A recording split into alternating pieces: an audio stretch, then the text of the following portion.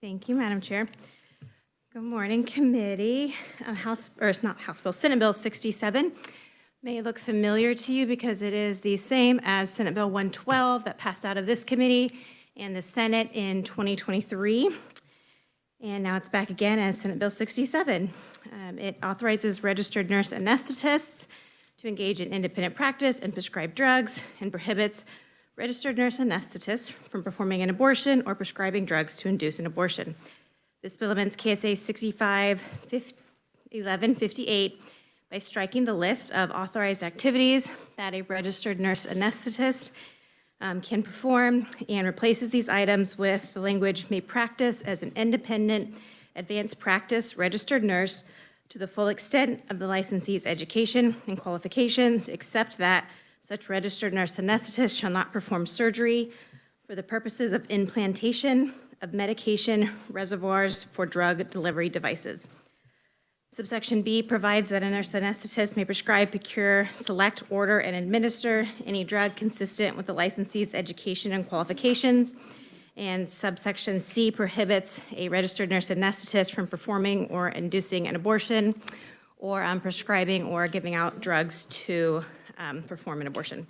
The bill will go into effect upon publication of statute book July 1st. I'll be happy to answer any questions. Committee, do we have questions? Senator Petty. This is just a little thing.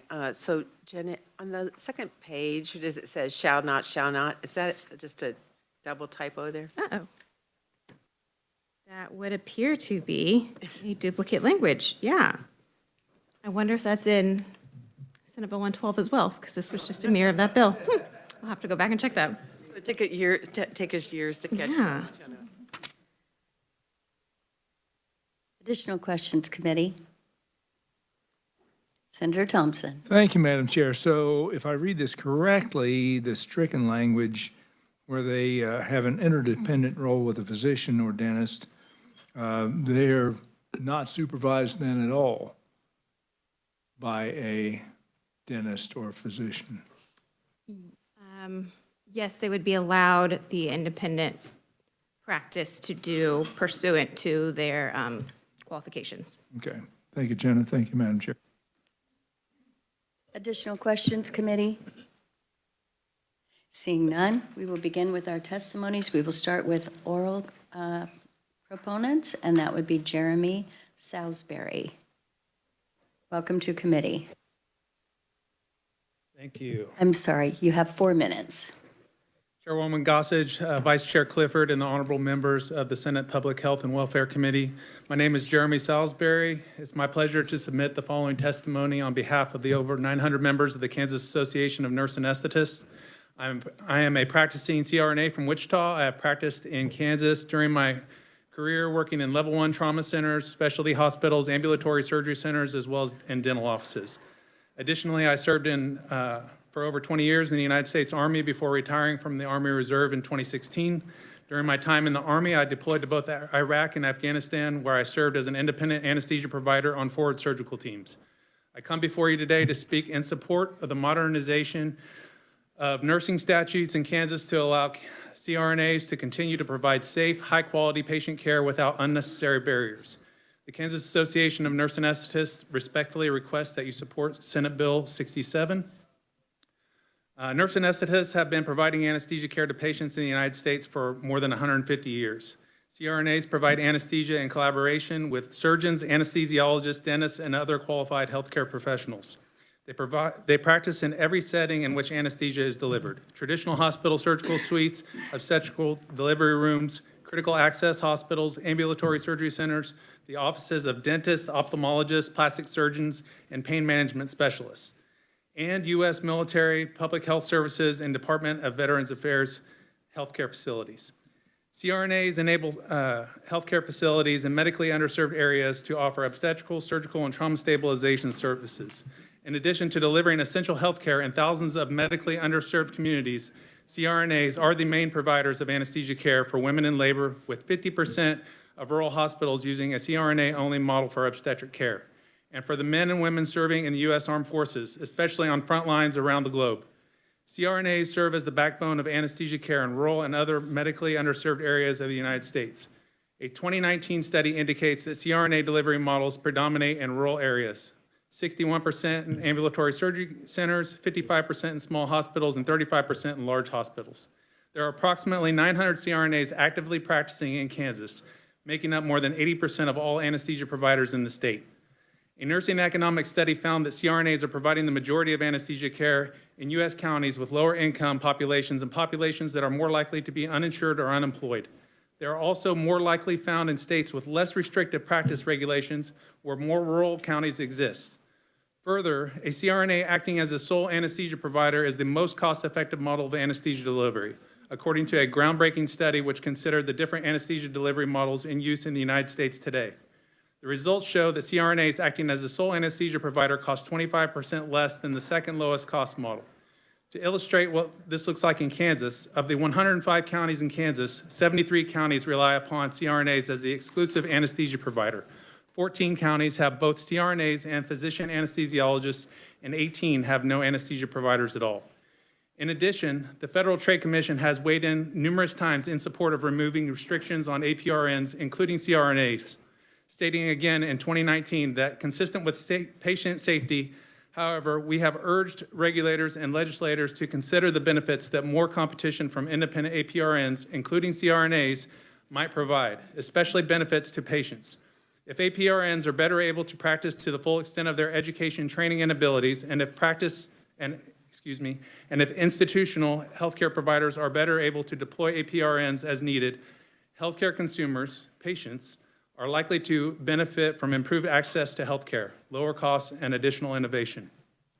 CRNAs safely administer more than 50 million anesthetics to patients each year in the United States.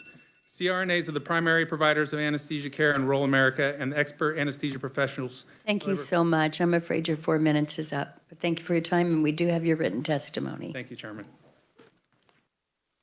Committee, next we have Jason Worth.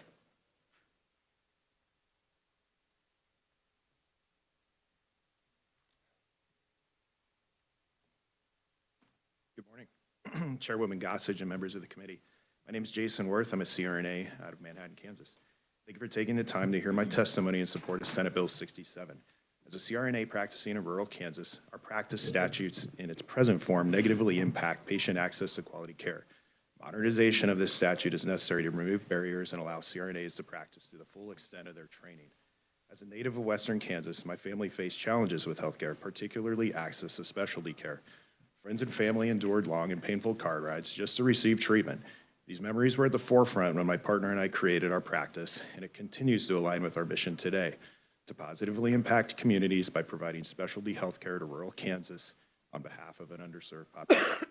CRNAs are advanced practice registered nurses who specialize in the delivery of anesthesia care to include chronic pain management. CRNAs administer more than 80% of the anesthetics delivered annually across Kansas. Unfortunately, highly skilled CRNAs are not permitted to practice at the top of their education and training in our state. I'm board certified in both anesthesia and non-surgical pain management, performing thousands of interventional pain procedures each year, yet I am unable to provide comprehensive care because of antiquated practice statutes. In 2022, Governor Kelly signed House Bill 2279 into law, granting full practice authority to our nurse practitioner colleagues. This eliminated the need for NPs to maintain a contract with a physician who is often compensated without any requirement to participate in patient care. Now NPs are permitted to evaluate patients, diagnose, order, and interpret diagnostic tests, and initiate and manage treatments under the authority of the Kansas Board of Nursing. House Bill 2279 excluded CRNAs from providing the same access to care as their NP colleagues. Currently, Kansas statutes mandate that CRNAs who are board certified in chronic pain management have an order from a physician to provide these services. Patients can neither self-refer to a CRNA, nor can a CRNA accept a referral from a full practice NP, unless that NP has voluntarily kept their business relationship with a physician. This poses a significant barrier to care for patients across vast rural areas of Kansas. Additionally, CRNAs are the only APRNs in Kansas without prescriptive authority. While permitted to provide pain-relieving interventions, I am unable to prescribe routine complementary medications. Lastly, current statutes create gray areas for CMS and insurance companies. I'm not only frequently denied the ability to refer patients for important diagnostic studies, but also denied reimbursement for my services, making it difficult to sustain a rural practice. Passing Senate Bill 67 would allow CRNAs to join their nurse practitioner colleagues in obtaining prescriptive authority, receiving referrals from nurse practitioners, and clear up confusion in reimbursement challenges. Granting full practice authority to CRNAs aligns with the KDHE Healthy Kansas 2030 initiative and drives its implementation. Kansans deserves access to high-quality health care regardless of where they live. I urge your support of Senate Bill 67. Thank you, Jason. Committee, next we have William Wilk with the Chamber.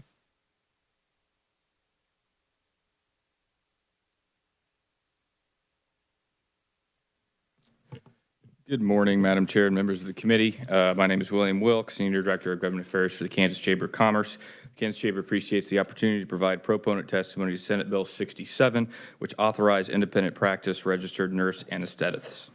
In 2022, the Kansas Legislature passed Senate substitute for House Bill 2279, allowing for the independent practice of advanced practice registered nurses. Senate Bill 67 would remove government-imposed barriers that increase the regulatory burden and restrict trained healthcare professionals from performing their work to the full extent of their training. Healthcare, like all other industries, is facing a workforce shortage. Those challenges are made worse by unnecessary state laws and regulations restricting access to affordable, high-quality healthcare for Kansans. Today, CRNAs serve as the sole anesthesia provider in a majority of Kansas counties and, according to their industry, account for 80% of the anesthesia cases in our state. Whether we are talking about APRNs, dentists, or CRNAs, we should ensure that state law does its job to protect patients without limiting competition in the marketplace. Those two philosophies can coexist and are not mutually exclusive. The Kansas Chamber will continue to advocate for policies that reduce government barriers on our healthcare professionals without sacrificing any safety concerns when it comes to the regulation of health-related issues and practices. We should allow our healthcare professionals to practice what they have learned and been trained to do through technological advancements in healthcare. Removing these government barriers will increase the access to healthcare professionals, reducing current wait times to receive diagnosis and treatments for Kansans across the state. We would encourage this community to continue evaluating state policies and removing government-created regulatory barriers where possible. Thank you for the opportunity to testify today, and I'm happy to answer any questions. Thank you. Committee, are there questions for the proponents? Senator Owens. Thank you, Madam Chair. Question that I wanted to ask, just so that I understand correctly. First of all, a concern has been raised to me that the bill does not restrict CRNAs from spine surgery, nerve ablation, or procedures that I send to a pain specialist. This is coming from a doctor back home. Can someone speak to that question? And then also, second question, since they're coming up, is there any regulation on opioid distribution, or are you guys trained to that level to prescribe opioids as required? To the question about spine surgery, this is non-surgical pain management is how we practice in Kansas. I'm not sure your microphone is on. Let me get closer. Okay, there you go. So by practicing non-surgical pain management, that would preclude any surgical interventions. That would be instrumentation, implantation. So I think it specifically outlines implantation of pumps and stimulators and that type of stuff.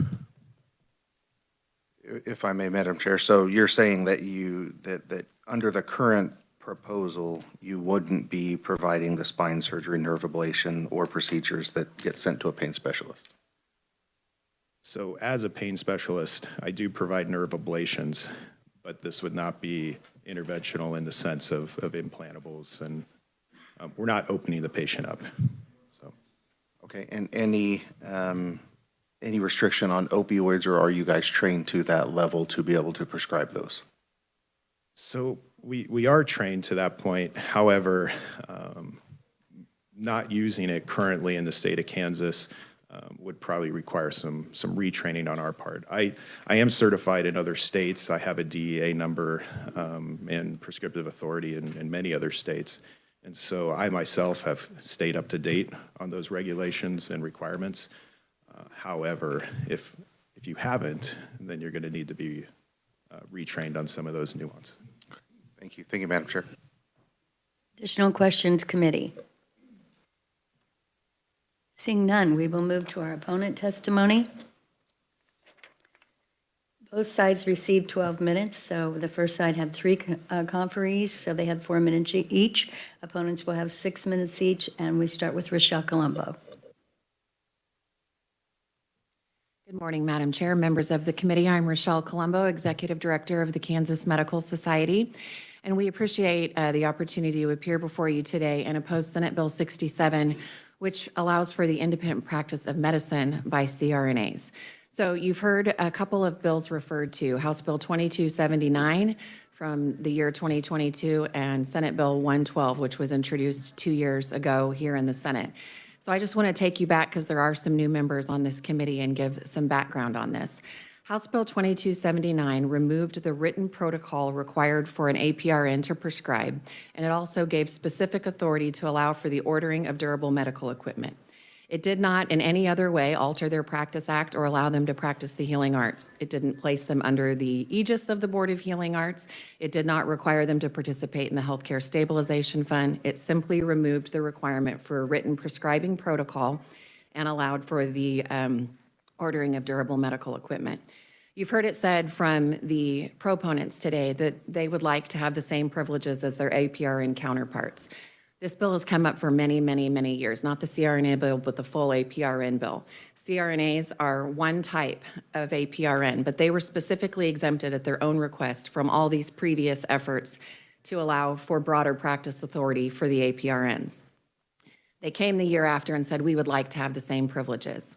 What Senate Bill 67 does goes far beyond that.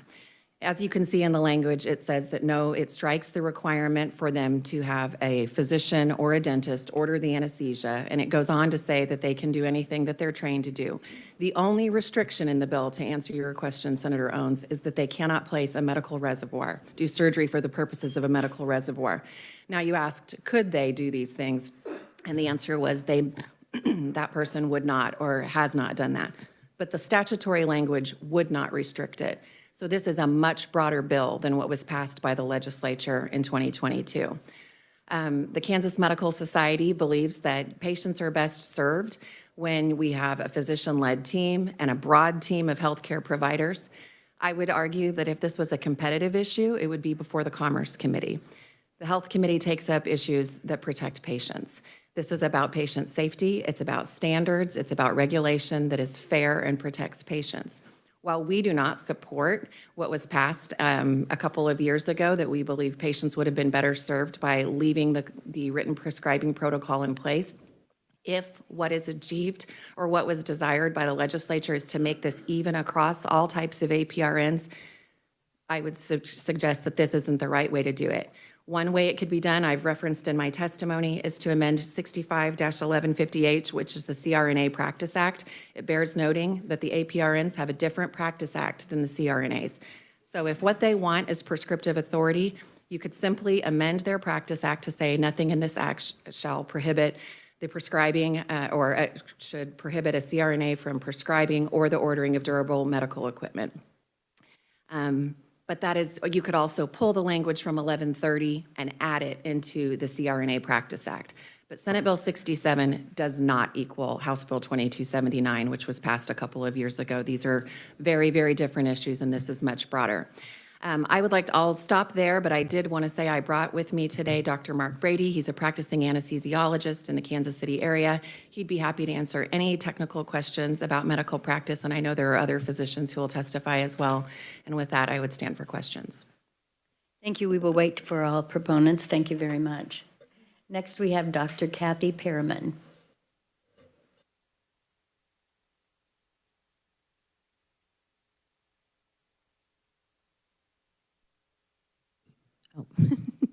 Thank you very much, Chairman and members of the committee. I appreciate your allowing me to come and testify here today. As you said, my name is Dr. Kathy Perryman. I'm here as a physician anesthesiologist who is very concerned about this bill, and I represent myself and the Kansas Society of Anesthesiologists. have been asked to testify because I have a rather unique perspective on this issue, because before I became a physician, I was a nurse in the ICU and then a nurse anesthetist, and I practiced for several years as a nurse anesthetist. And I practiced in a care team setting like I practiced in after I became an anesthesiologist. And as a nurse anesthetist, I recognized that I didn't have the same knowledge base as my physician anesthesiologists. The team was great, and I loved the team, but I wanted to have as much of a knowledge base and skill set as my colleagues who were physician anesthesiologists. So I went back to medical school for 4 years, and then I did an anesthesiology residency and fellowship for another 4 years after that. And I practiced in the care team setting for decades. I think it's a wonderful, very safe way to practice. Removing all of the physician involvement is very concerning to me. An anesthesiologist is a perioperative physician who manages a patient's care before, during, and after the surgery. They're responsible for the patient's overall medical management throughout the perioperative period. And surgeons, also physicians who have this expertise and advanced perioperative skills, should be kept in the position of working with nurse anesthetists as they are now. To remove that removes a safety mechanism, and just would not be a good thing to do at all. As far as the ability to administer and practice interventional and chronic pain management, I'm very concerned about that, because I know that they do a lot of blocks, but they have anesthesiologists available to help if something goes wrong.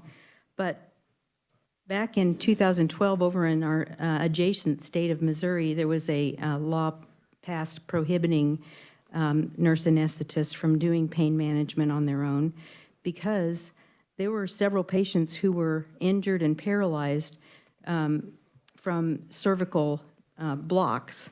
And so that made a big impression on me as well. I never worked in a practice where nurse anesthetists did those things. We worked very, very well together and collaboratively, and I would like to think that we can continue to do that. So in conclusion, we have a lot of research to support these things and show that removing this interaction supervision is not only unsafe, but it doesn't improve access and it doesn't save money. And patients want to have a physician there if there's a medical emergency or a complication. So they already have a lot of independence, and I don't think that this is necessary to go this additional step. Thank you, committee. Are there questions for the opponents? Senator Hulscher. Thank you, Madam Chair. Maybe Rochelle is the best person to answer this. Dr. Perriman mentioned, I think, somewhat similar bill passed in Missouri. My question is, have we seen bills similar to this one pass in other states, or did they take a different route? That's a good question. It's really apples and oranges across the states, how they deal with this.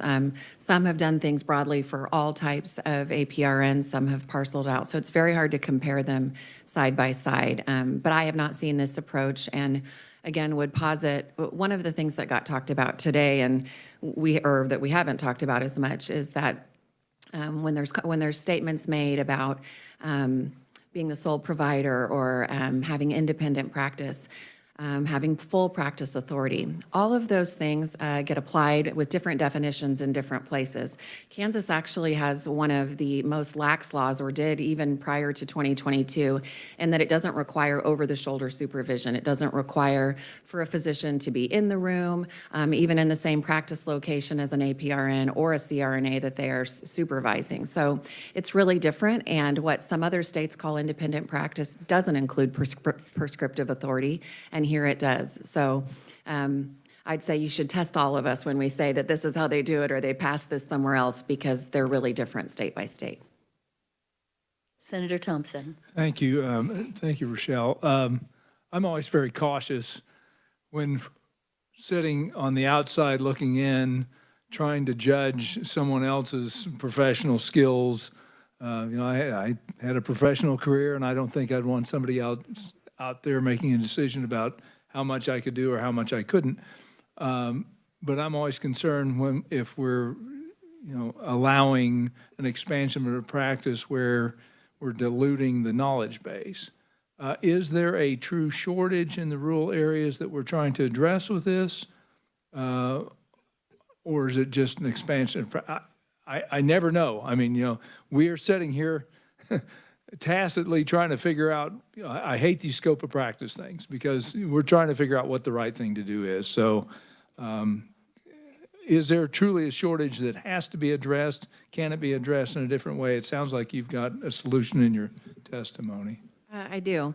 So two different things. There is a shortage of anesthesia providers, but that tends to be in the urban areas, not in the rural areas. And as it was said multiple times by the proponents today, oftentimes in rural areas, CRNAs are the sole provider because they can work under the supervision of another physician. That doesn't have to be an anesthesiologist. So they might be the anesthesia provider working under the direction of a surgeon or a family practice physician. The law doesn't stipulate what kind of physician they are working with or dentist. So would it expand?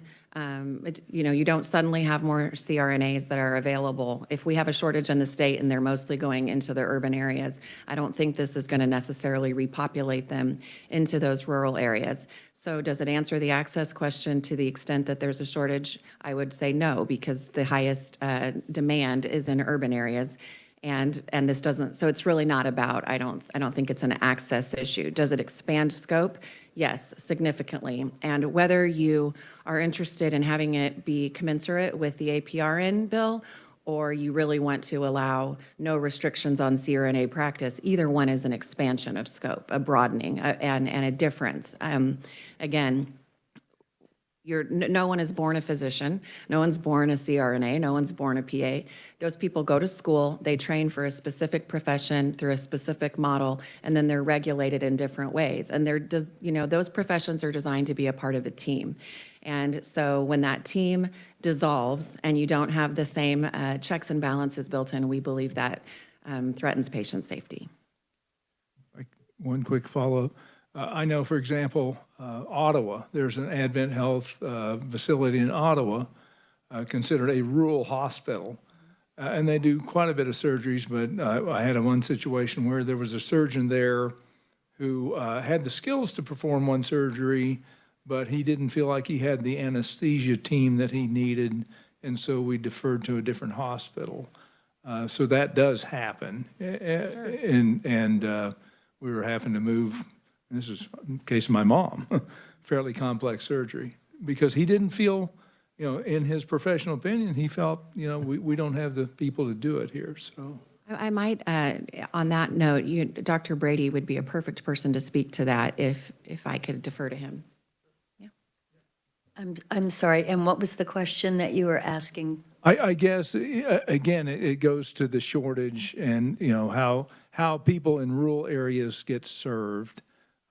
Is this going to improve their ability to be served or not? And please state your name and answer the question if you feel comfortable in doing so. Sure. My name is Mark Brady. I practice in the Kansas City metropolitan area. I'm an anesthesiologist. I did my 4 years of college, 4 years of med school, 4 years of anesthesia residency. I've been practicing for over 30 years in the state of Kansas. So I feel like I kind of know what's going on here. And in answer to your question, Senator Thompson, it's very difficult for probably many reasons for anesthesiologists to practice in rural areas. One might say it's reimbursement. The federal government has a payment system for critical access hospitals that favors nurse anesthetists and disfavors anesthesiologists. That might be a reason why you do not have an anesthesiologist at Ottawa. And there's at least twice as many nurse anesthetists in the state of Kansas as there are anesthesiologists. So there's more there are more nurse anesthetists. But I agree. I think there's probably situations, and for the most part, for most surgeries in rural Kansas, nurse anesthetists could handle those procedures. But there are some procedures that maybe not. And I don't know what the reason was for that, but the surgeon didn't feel comfortable with that. And maybe it had more to do with the hospital setting. They needed a higher level care, whether it was an anesthesiologist or was a nursing team afterwards in the ICU or what have you. Thank you. Committee, are there additional questions? Okay, seeing none, thank you very much. Before you approach, you need to be called up to the microphone, but thankfully I was going to call you up.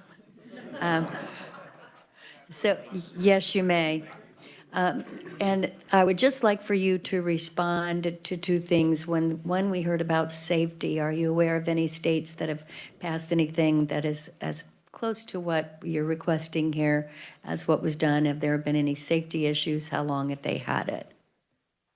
Well, currently, the most recent studies show that there is no safety difference between CRNAs providing care compared to an anesthesiologist providing care as independent providers.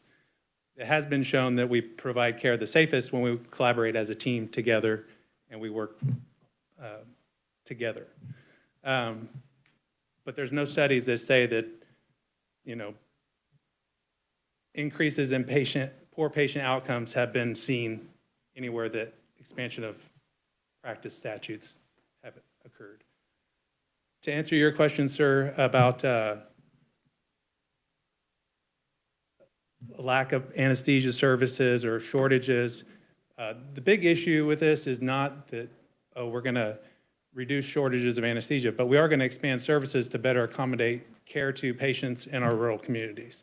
And I have a couple examples of this. One would be, the main thing is we can't currently care for patients upon the order of a nurse practitioner or a PA. So if you are in Chanute, Kansas or Colby, Kansas, and you have a car wreck and the first medical professional that you see when you go to the hospital emergency department is a PA or nurse practitioner, if that person needs assistance stabilizing you to get you transported to a higher level of care, a CRNA cannot intervene because we can't collaborate with those advanced practice providers.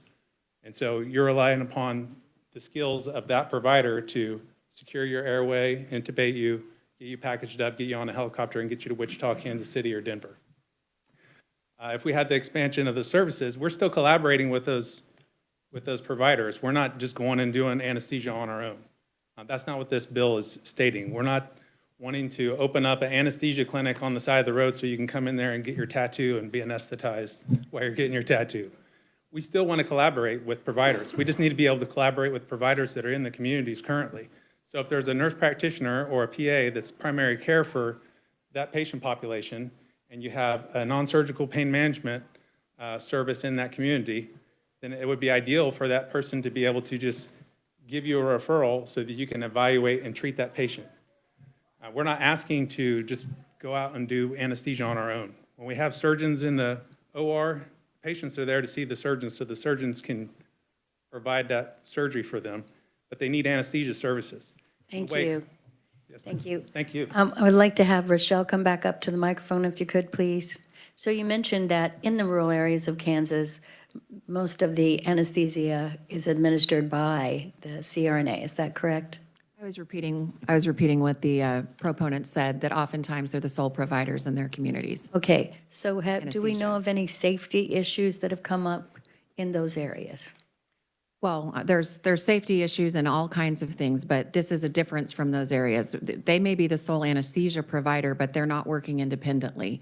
And that's the change that this bill is addressing. So it is simply not an access issue. And I think the proponent just said this. It's not about access, it's about expanding services to their patients. So very clearly, we're saying the same thing. And you had mentioned, I didn't get it all written down, I'm sure you'll give it to me, but amending the portion of the law rather than what was presented to us.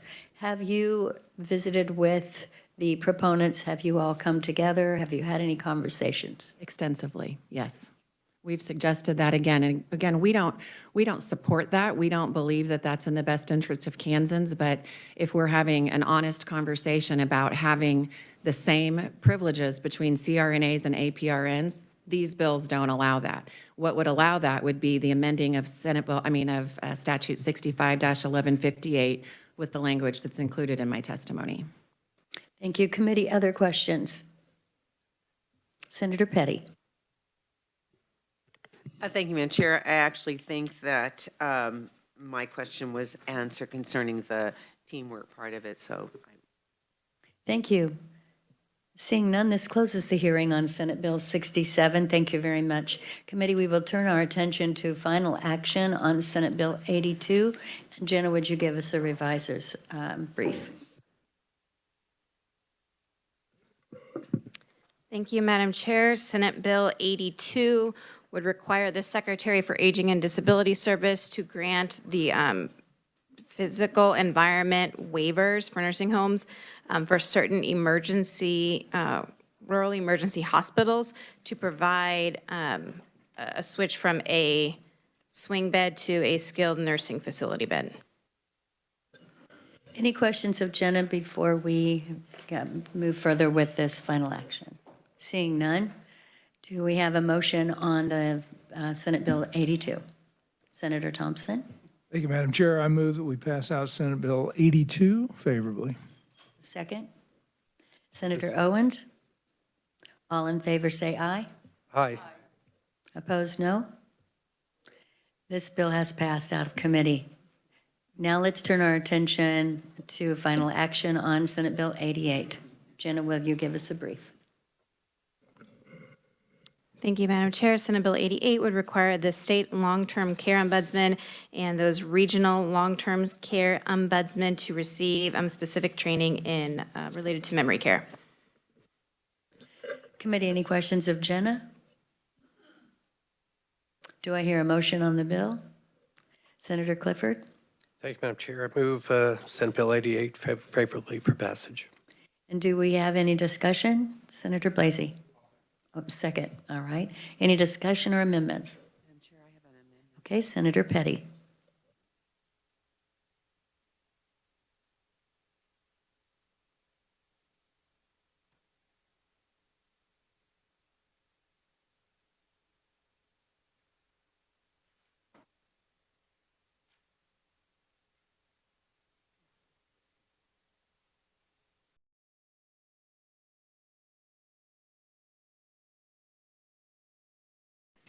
Senator Petty, would you like to explain your amendment, or would you like Jenna to do that?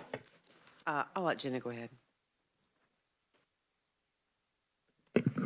Thank you, Madam Chair. I believe that this was the language recommended by the state long-term care ombudsman to just strike those specific requirements for the training and just retain the language that the state long-term care ombudsman would be required to provide this training. It would just strike those specific things in lines 25 through 40. Committee, or Senator Petty, do you have anything to add? Thank you, Madam Chair, and Jenna is correct. When we heard from the testimony from Haley about the fact that these items are already included within the training that is part of the Alzheimer's training, and that there's no reason to specifically spell them out within the legislation. I also think she referred to the fact that in her role as the long-term care or any long-term care ombudsman, they do not have the authority to have any hands-on care or hands-on assistance within the long-term care setting. So it just seems to make sense to have specifically what we want in the legislation and not spelled out, which is already included. So I move my amendment. Discussion committee, Senator Blasey. Madam Chair, my question, I guess, for the carrier of this amendment is, was there any consultation with the Alzheimer's Association on this amendment? I'm sorry, no, there was not. I will be opposing this amendment, I think primarily because it's very common for the legislature to have to spell out for agencies what exactly we're asking for, and to go all the way down to line 41 on page 2, it talks about such other matters of the state long-term care ombudsman deems appropriate. So I think it does kind of have a catch-all if there are other things that are necessary for her to provide and training, but I do think it's important that we do spell out specifics. So I will be opposing the amendment. Thank you. Additional discussion or any questions for the carrier of the amendment? Seeing none, do you move your amendment, Senator Petty? Madam Chair, I move my amendment. Do I have a second? Senator Holscher? All in favor say aye. Opposed, no? No. We are back on the bill. We have a motion and we have a second on the bill. Any other amendments or? I'm sorry. No, the amendment did not pass. Thank you. Sorry that I didn't make that clear. All right, back on the bill. We have a motion. We have a second. All in favor say aye. Aye. Opposed, no. The bill has passed out of committee. Committee, we are going to turn our attention to final action on Senate Bill 193. You may recall that when Ed Klump was here, he said he would work with Jenna on coming up with language that might make it easier. So Jenna will pass out that amendment, please.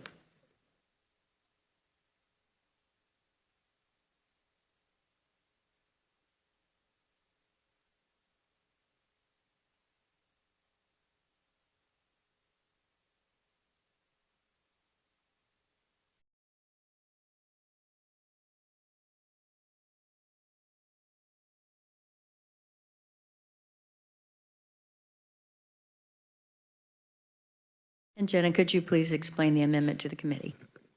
Thank you, Madam Chair. This bill would strike all of the changes in the bill and instead insert on page 3, this would be an F3, a law enforcement agency shall be exempt from this subsection. And subsection F is the requirement to have the physician medical director. So they'd be exempt from having that medical director unless electing to provide an emergency opioid antagonist dispensed or furnished pursuant to the protocols in subsection B. And this would allow a law enforcement agency to administer over-the-counter opioid antagonists, which would be naloxone, without having to follow the protocols in subsection F, but they would still be allowed to maintain the liability protections in subsection G. Jenna, just a little bit of technical, would it be easier for this amendment if it were considered a substitute for Senate Bill 193? Thanks, Madam Chair. That's completely up to your decision. Committee, I feel like we're restoring language. Whenever that happens, it can be confusing for the members on the Senate floor if we were to pass this amendment. So I do recommend that we make this a substitute for Senate Bill number 193. Do I hear a motion? Senator Thompson? Yes, with a quick one quick question. Narcan would be involved, in other words, for somebody who has a fentanyl overdose or something like that, correct? Correct. This was, as we heard in testimony, they are allowed to carry that now. However, to do so, as we saw on one portion of the bill, which is exempting them, then they had to have a medical director on staff, and some of the small law enforcement did not. And so this just exempts them from that. Thank you for the clarification, Madam Okay. Chair. With that, I would move that we, I guess we got the contents of Senate Bill 193 and insert the language of the amendment, and therefore would create a Senate sub for Senate Bill 193. Is that correct? Is that correct, Jenna? All right, close enough, she said. Okay. Second, Madam Chair. Second, Senator Clifford. All in favor say aye. Aye. Opposed? We are back on voting on the substitute amendment for Senate Bill number 193. Do we have a motion? I guess the motion would be I move to pass Senate sub for Senate Bill 193 favorably. Outstanding. And do we have a second? Senator Owens. Having a motion and a second, all in favor of passing substitute Senate Bill for Senate Bill number 193 out of committee, say aye. Aye. Opposed? This bill has passed out of committee. This concludes our business for today, and we are adjourned. Madam Chair, demonstrate Narcan. You know what? This is outside the committee.